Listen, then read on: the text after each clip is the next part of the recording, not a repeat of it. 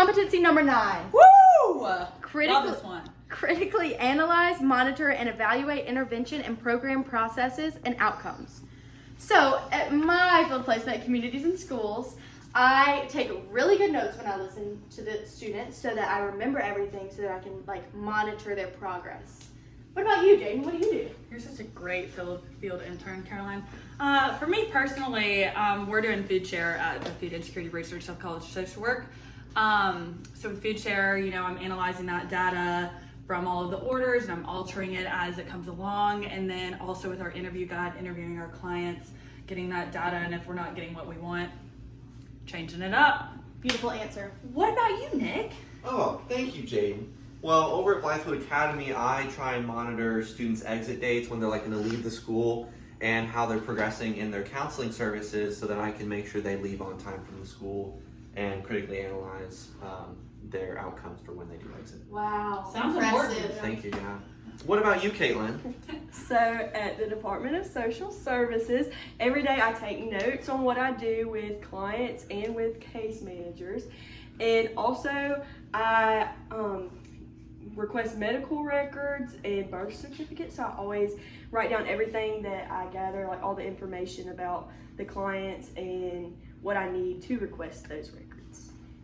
Beautiful, guys. Yeah! All right, go. What the fuck are you doing with your hands? I start. Competency 2, presenting themselves as learners and engage clients and constituencies as experts of their own experiences. So I do this competency whenever I call my clients about counseling sessions or just to remind them about it or follow up about the session. Like if I'm calling them and they can't make it to that session for that week, I try and do the best that I can to engage with them and learn as much about their situation so that I can be prepared and help them get to the next session next week. Good answer. Caitlin, what do you do at your placement? Yeah, Kaylin! So at my field placement, what we do is we talk to clients and we make notes of things that they need and what they want rather than telling them, oh, this is what you're going to get, and kind of letting them guide their own, case and telling us what fits them best. Fire. Yes. Slay queen. I'll go next. So at my field placement, I make sure that I always let the client choose their needs instead of me determining what I think their needs would be. I let them speak for themselves so that they can choose the path they want to go down. What about you, Jaden? Well, so just with my interviews that we do at my field placement, we're interviewing students that are all food insecure, and so when we interview them, we try and ask questions that are very broad so that they can tell us about their story instead of us assuming things about them. And I always try and ask my field instructor and all the other interns at my placement a lot of questions so that I can use the right language during my interviews. I'm gonna be the only one that made it. Ooh! Competency number 10. Yay! All right, let me read it to y'all guys. Identify and experiment with effective self-care strategies that aim to reduce risk and provide relief tailored to one's unique identity. Self-care is very important, don't we? Yes, it's important. I think it's important. For my self-care, I like to make sure that I get enough sleep, so I'm not super tired throughout the day and I can get my work done and be productive. And I like watching my TV shows to relax, exercising, eating good food. So yeah, that's how I like to self-care. And I like to hang out with my friend Caroline. Caroline, what's your self-care? I'm so glad you asked because I take self-care very seriously. So for self-care, what I do is I like to journal. I also like to be by myself sometimes, so I consider that my self-care, but mostly journaling. Caroline, Hey, would you let us read your journal? No. Or is it private? It's private. All right, next. Anyways, so my idea of self-care is to go out on the weekends. I like to go get a margarita. I like to go to concerts. And I like to watch the Gamecocks only when they win. So Which that's is all. never. That's called a humbling experience most of the time. Shang Tang, Trang. My self-care usually involves some form of exercising. I like to run a lot. But other than that, I usually like to make food at home with my fiance. That's one of my self-care activities, other than maybe skipping a day of field.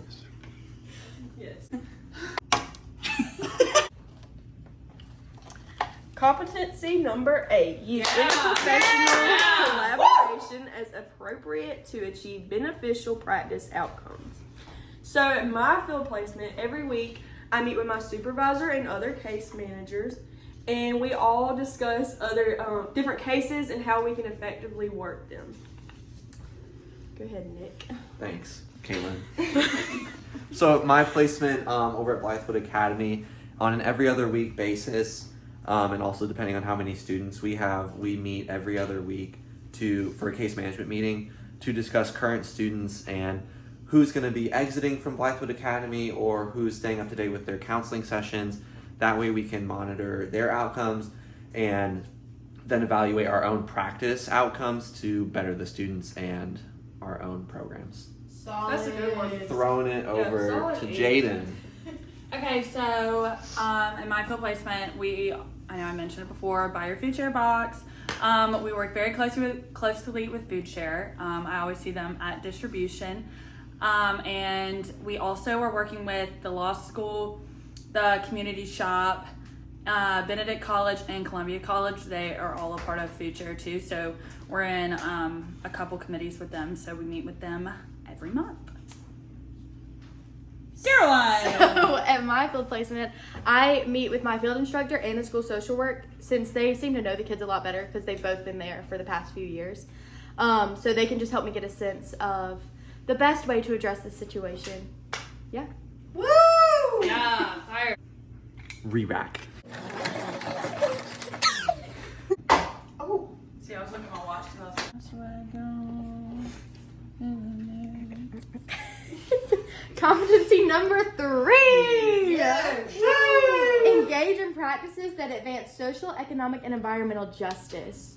So for this one, I try to provide the resources that match my clients' needs to the best of their ability, and as many resources as we can possibly give the clients. That's a good What one. about you, Jane?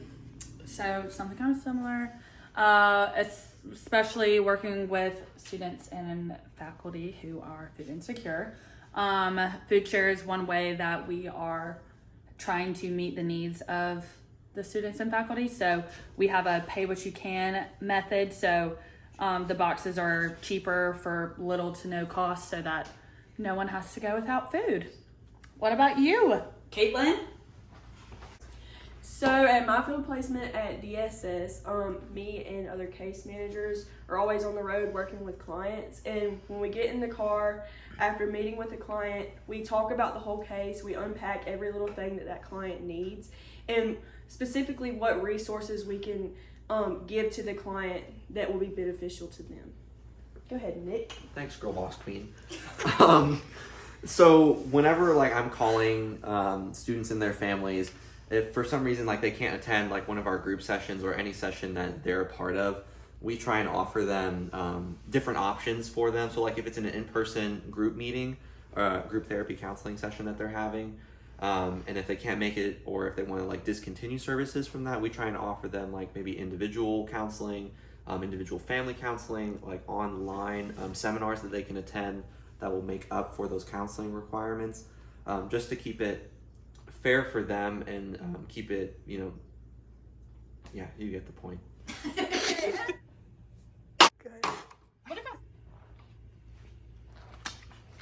Competency 5, identifying social policy at the local, state, and federal level that impacts well-being, service delivery, and access to social services.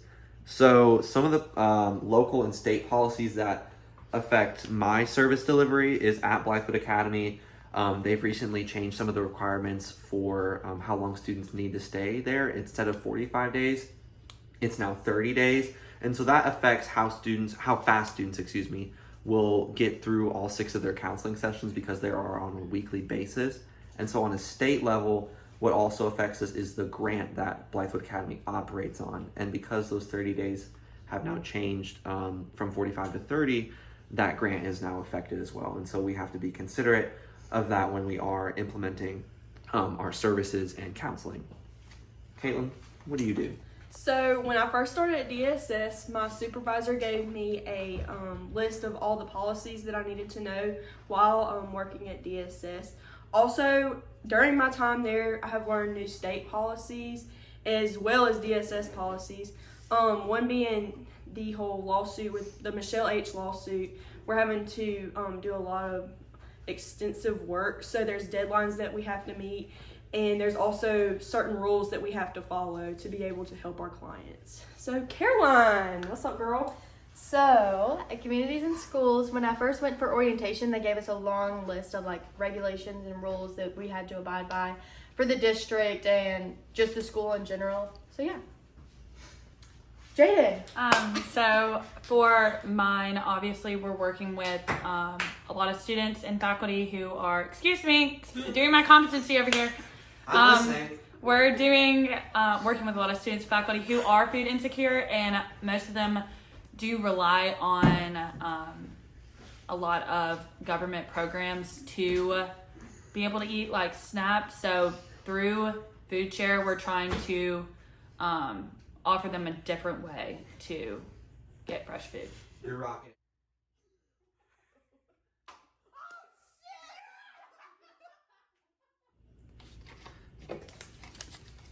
All right, guys, competency number 1. Woo-hoo! Demonstrate professional demeanor and behaviors, competency, appearance, and oral, written, and electronic communication. Okay, so for me, I have to write a bunch of stuff, whether that be emails, papers, just different things like that. I have to make sure that I'm being professional in how I speak to people, especially since I am communicating with a lot of companies and faculty. Caroline. So at our school, I'm in an elementary school, so obviously you gotta wear the longer dresses, can't be too short, can't be skimpy. So I wear long dresses, sometimes dress pants if I'm feeling crazy. On Fridays we would get to wear jeans and then I'm really wild. Woo! But Crazy that's about it. I try to keep my hair tame, like I don't do like messy buns and stuff. Like I try to keep it a little more casual, but also like this. Like this is a great example. Like I would so go like this. Oh, all right, Caitlin, go on over to you. So at DSS, we have to dress with business attire. So I wear appropriate shirts, appropriate pants or dresses.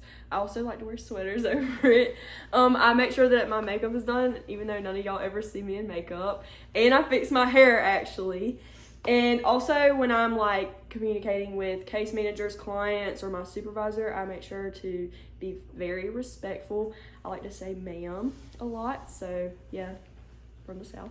And then in emails to like case managers and supervisors, I make sure that I tell them who I am and why I'm emailing them, and I try to have proper etiquette on, technology. So yeah, go ahead, Nick. At my placement, I dress professionally as well. A collared shirt, some nicer slacks or something, and dress shoes. Yeah, I know, slacks. Mine's pretty much the same as everyone else's, where orally and in written and online communication, I stay professional as possible with clients or my supervisors, just to maintain that level of professionality and confidentiality in those areas. Yes, sir.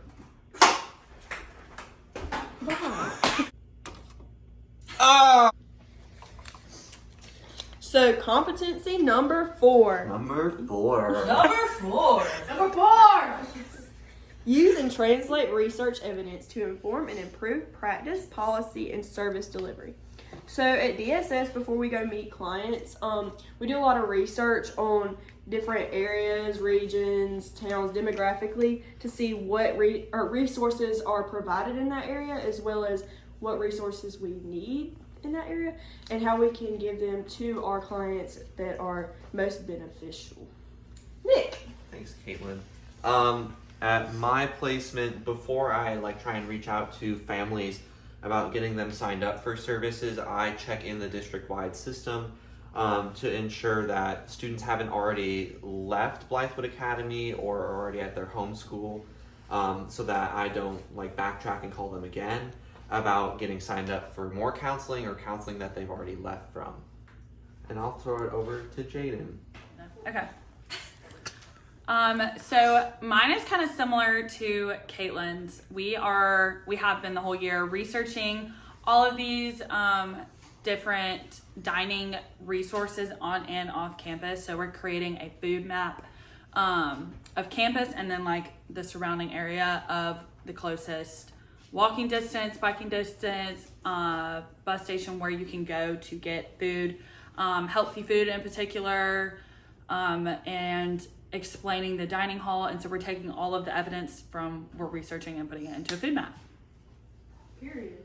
Caroline! So what I do, in terms of the students, I research like their grades and their attendance in previous years and as well as this year to see if they qualify for communities and schools. And then I also look at the surrounding neighborhoods and research their needs as well as the resources that they offer in the surrounding areas. So yeah. Mm-hmm. Good. Last competency number 6. No, Not last competency. Competency number 6, use empathy, reflection, and interpersonal skills to effectively engage diverse clients and constituencies.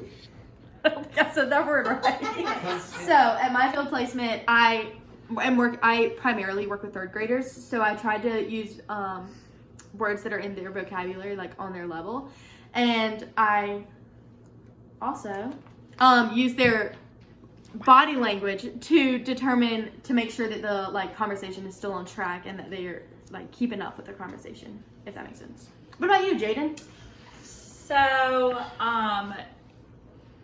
talking to students and faculty about food insecurity is already a sensitive topic, and for somebody that's like very personal about themselves. So during our interviews, while we do have an interview guide and we have questions that we do want them to answer, we try not to make it like question after question after question, like question stacking, vocab word, and get them to just answer. More so we let them like tell us their story, and it allows for the client to be a lot more comfortable.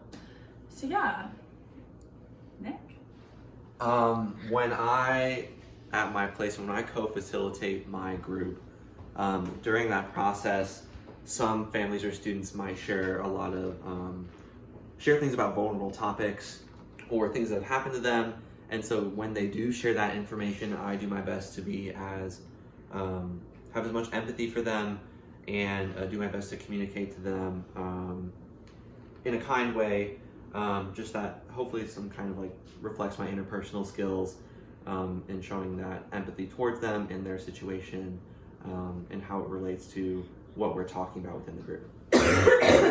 I'll ask Kate. Please edit that out. So at my field placement, we work with a lot of vulnerable clients, so we try our best to set aside any emotions possible.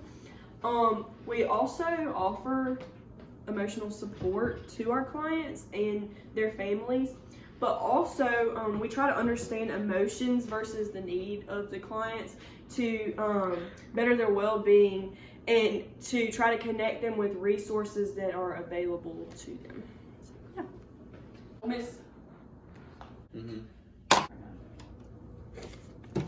Competency 7. Yeah!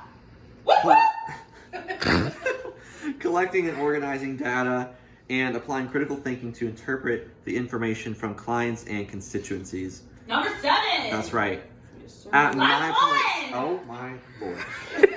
At my placement, what I do is whenever students are referred to Blackfoot Academy for the first time, they go through an orientation that we take part in. And so during that orientation, we collect a lot of information and data from them, just things about their email, phone number, their sending school, just so that we can track and evaluate their progress in our counseling services, and so that we can keep up to date and monitor that as well. Caitlin, what do you do? So at DSS, we use a system called CAPS, and what we do is we provide all documentation for meeting with clients and families into that. I work along with case managers to help write their documentation for that. I also keep my own personal notes to remember each thing that we talked about with clients and that I also talked about with their case manager. When I do things such as requesting records, I have to go through files and figure out what each thing that I need, or where each thing that I need is in the file. So I'm constantly locating things about the client that I need to have proper documentation.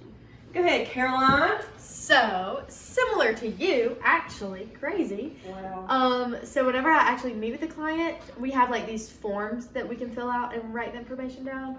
And then we take that information and later in the day we'll put it in our system. It's called System. And So creative. so that's where we keep all our information. And yeah. What about you, Jaden? Jaden! Woo, Jaden. Okay, so for food share, in relation to food share, all of our data we have to turn into food share because they like to track how many boxes are being ordered, how many boxes are being reordered by some people, the zip codes that people are ordering them from, and stuff like that. But for our own personal data analyzing, we take all of the information ourselves and we're really keeping track of like how people are going through the order form, if they're reordering and all of that stuff, so we can better improve the program. Yes. Thank you guys. Recently, there's been a lot of debate about my eternal legacy in the cohort, and now it's time to set the record straight.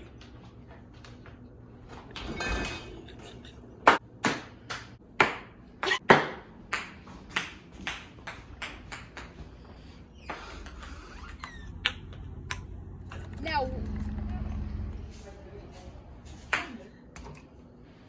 And that was the move that made Ottone cry.